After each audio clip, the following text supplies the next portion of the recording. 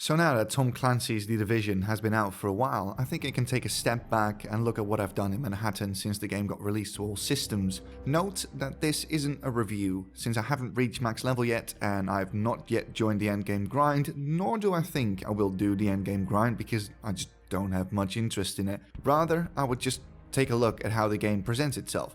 Before I jump into that though, let's take a look at the gameplay for the uninitiated. The Division is a cover-based third-person shooter that moonlights as an RPG, which is a game design choice that goes well above and beyond the usual shooter with RPG elements that is all the rage right now. Your travels in what is now but a shadow of a once shining example of human ingenuity is drenched in some classic RPG elements.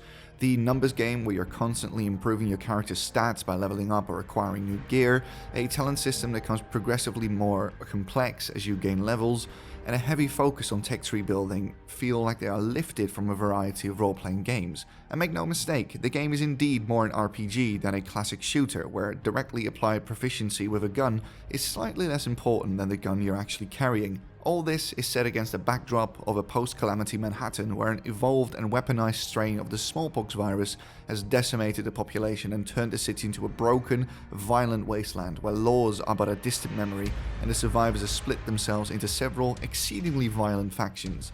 While I will gloss over most of the intricacies of the gameplay, I will say this.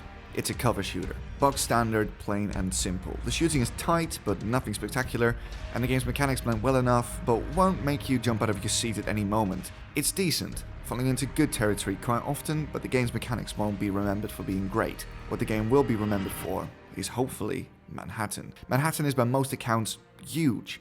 It's a sprawling and dense urban environment that most of us are familiar with on a superficial level because of Hollywood blockbusters set on the island in the middle of New York City. It also plays host to a ton of tourist attractions like Madison Square Garden and Times Square, and the game's missions are set in these locales quite often. The thing I like most about this is that these places in real life are usually well kept and functional, but in The Division everything has gone to ruins and the once beautiful city streets filled with life have been reduced to rubble filled with the recently deceased. There's an air of hopelessness that fills the air, an underlying feeling that life will never return to normalcy, no matter how much you, or indeed the citizens, try to fight it. That sense of dread and desperation permeates every block and every alley, with houses abandoned in a hurry or stores ransacked by looters for valuable supplies. I know that, as a locale, it's far from original because of the aforementioned blockbusters, but I've never played a game that deals with a destroyed New York this good and this convincingly. It doesn't hurt that the game's fantastic lighting and weather systems add a great deal of atmosphere to an already great looking game. All this makes the game a joy to watch as well as to experience. All in all, The Division might not be a fantastic game when you look at the mechanics or at the story or at the soundtrack, which, by the way, is quite bland. Like I said before, it's a decent at best but nothing to write home about type game. It's the graphical fidelity and especially the art direction that sold this game to me initially, and still sells it to me to this day.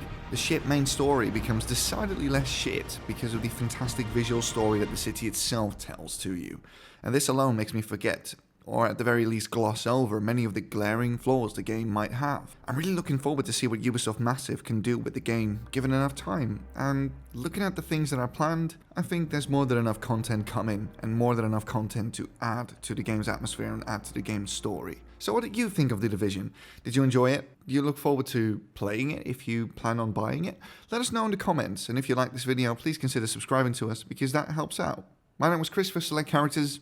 I'll see you next time.